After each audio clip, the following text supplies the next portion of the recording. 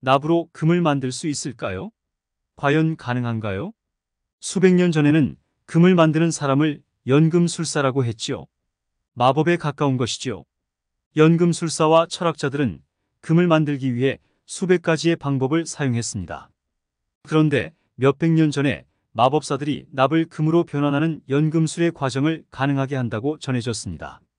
연금술사들은 종종 가짜 과학자로 무시되었지만 많은 면에서 현대 화학과 의학의 기반을 다졌습니다. 16세기와 17세기의 연금술사들은 새로운 실험 기술, 의약품 및 다른 화학 혼합물을 개발했습니다.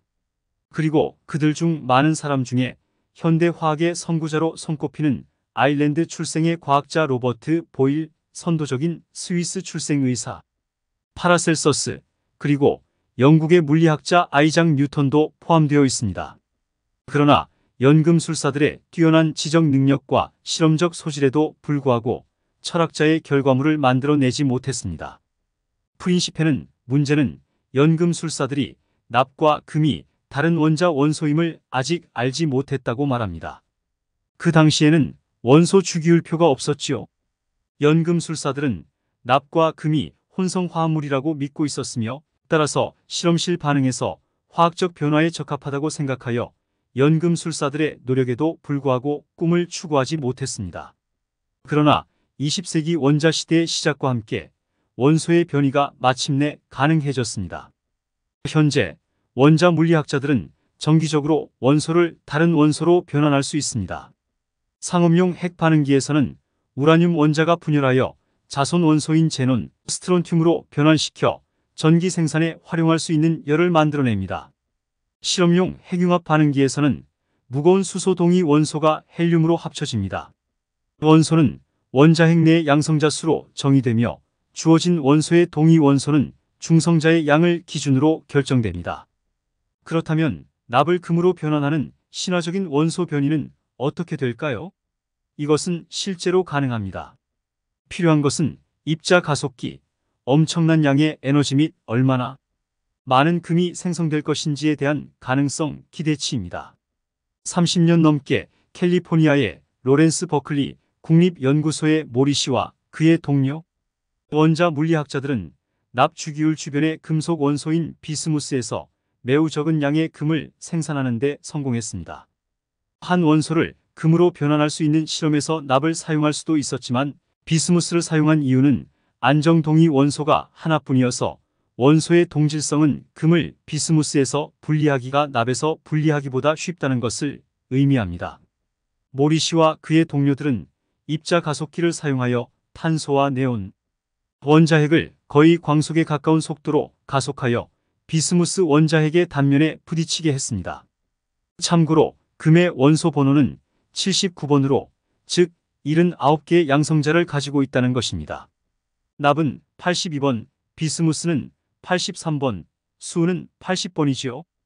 빠른 속도의 원자핵이 비스무스 원자와 충돌할 때 일부 비스무스 원자핵에서 83개의 양성자 중 4개의 양성자가 제거되어 금을 생성하게 되었습니다.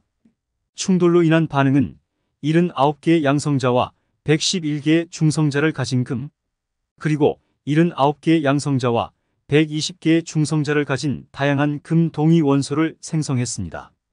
연구자들은 1981년 3월 피지컬 리뷰시의 논문에서 이를 보고했습니다. 생성된 금의 양은 굉장히 작았기 때문에 모리 씨와 그의 동료들은 몇 년 동안 금 동위 원소가 소멸하면서 방출하는 방사선을 측정함으로써 확인해야 했습니다. 방사선이 발생하는 금 동위 원소뿐만 아니라 안정된 금 197동위 원소도 물론 생성되었을 것으로 추정되지만 동위 원소가 소멸하지 않기 때문에 연구자들은 학술적으로 확인하지 못했습니다. 모리 씨는 안정된 동위 원소는 질량 분광계에서 관찰되어야 한다고 주장하였고 원자의 수는 현재 질량 분광계로 감지할 수 있습니다.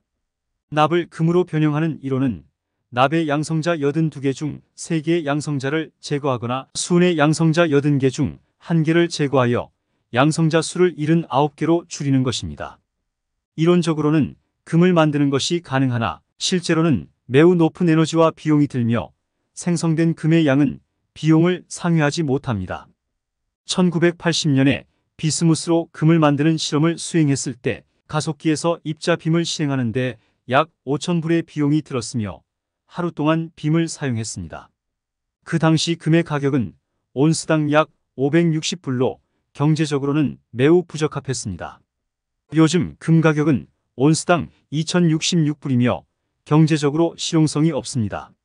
금을 만드는 것은 이론적으로 가능하지만 현재 기술과 비용 측면에서는 효율적이지 않으며 금의 실제 가치를 상회하지 못합니다.